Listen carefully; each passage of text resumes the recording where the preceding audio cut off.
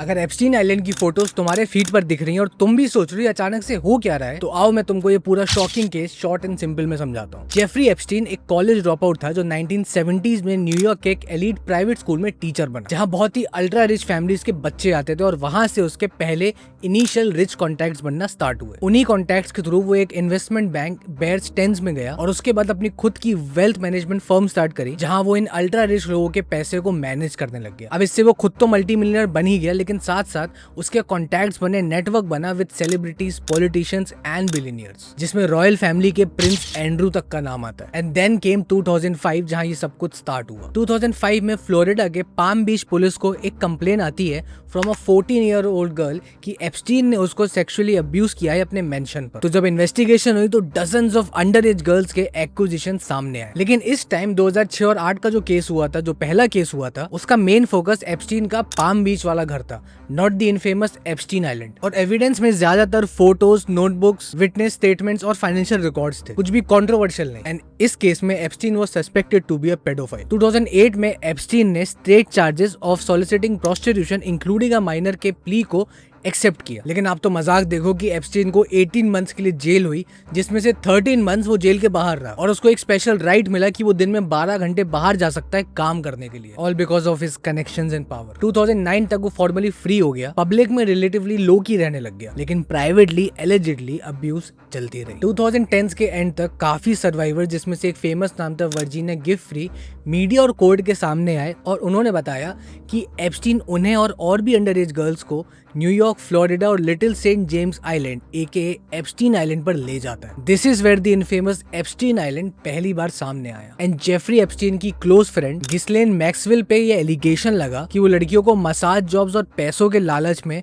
Epstein के घर और मेंशन पे ले जाती है। एंड इसी केस में द विक्टिम वर्जीनिया गिफरी ने ये भी क्लेम किया कि यूके की रॉयल फैमिली के प्रिंस एंड्रयू ने उनके साथ सेक्सुअल असॉल्ट किया जब वो माइनर थी, इंक्लूडिंग एप्स्टीन आइलैंड पर। एंड्रयू ने तो खैर हमेशा डिनाई किया एंड 2022 का US civil case out of the court settle कर लिया फॉर एन अनडिस्क्लोज अमाउंट। लेकिन अगर मीडिया रिपोर्ट्स की माने तो it was somewhere between 10 to 12 million dollars. लेकिन अब तक केस मीडिया में इतना फैल चुका था कि इट वाज टू लेट। अब जिस टाइम ये सब हो रहा था उस टाइम यूएस में थी ट्रम्प की गवर्नमेंट 2017 से 2021 तक। एंड इसी केस में उस टाइम डोनाल्ड ट्रम्प की विद जेफरी एप्स्टीन फोटोज बाहर आने लग गई, allegedly surrounded with under age girls. And Trump ने हमेशा डिनाई किया कि वो एप्स्टीन आइलैंड पर कभी नहीं गए। बट खैर फाइनली 6 जुलाई 2019 को एफबीआई ने जेफरी एप्स्टीन को न्यू जर्सी के एयरपोर्ट पर अरेस्ट किया और इस बार न्यूयॉर्क फेडरल कोर्ट में सेक्स ट्रैफिकिंग ऑफ माइनर्स के सीरियस चार्जेस लगे। उसके मैनहट्टन टाउन हाउस और एप्स्टीन आइलैंड से प्रोसिक्यूटर्स को बहुत सारी फोटोज, डॉक्यूमेंट्स, वीडियोस, ड्राइव्स और एलिजिडली अंडर एज गर्ल्स की इमेजेस मिली। फिर 23 जुलाई 2019 को न्यूज आती है कि जेफरी एप्स्टीन ने एलिजिडली अटेम्प्ट करा है सुसाइड करने का और उसी बीच जेल में उनकी सिक्योरिटी और बढ़ा दी गई। एंड कुछ ही दिनों के बाद 10 अगस्त 2019 को न्यूज आती है कि Jeffrey Epstein is found dead in his cell. लेकिन जिस टाइम ये हुआ उस टाइम सीसीटीवी काम नहीं कर रहे थे।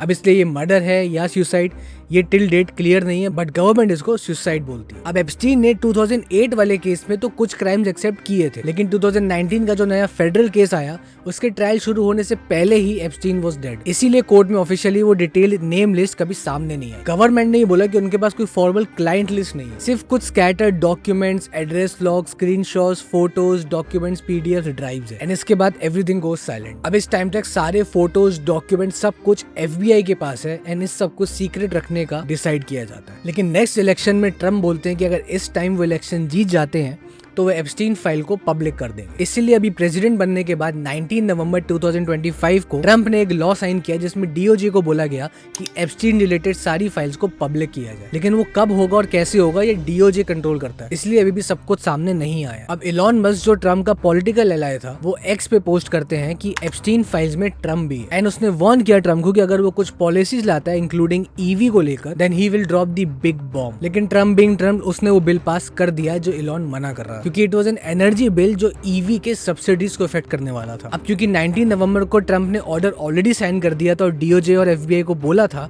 कि सारी एप्स्टीन रिलेटेड फाइल पब्लिक कर दी जाए, इसीलिए एप्स्टीन से related hundreds of document, links, photos बाहर आ रहे हैं बैचेस में और हमारे इंस्टाग्राम अकाउंट्स पे दिख रहे हैं। लेकिन हर इंसान जो इन फोटोज में है, इससे उनका क्रिमिनल इन्वॉल्वमेंट साबित नहीं होता, क्योंकि ये भी हो सकता है कि इसमें से बहुत सारे लोग एप्स्टीन से सोशल या बिजनेस कॉन्टेक्स्ट में कभी मिले होंगे। देयर इज नो प्रूफ कि ये सारी फोटोज एक्चुअली एप्स्टीन आइलैंड की ही हैं। लेकिन अथॉरिटीज और जर्नलिस्ट का कहना है कि अभी भी hundreds and thousands of files sealed है। तो तब तक के लिए subscribe me for more videos.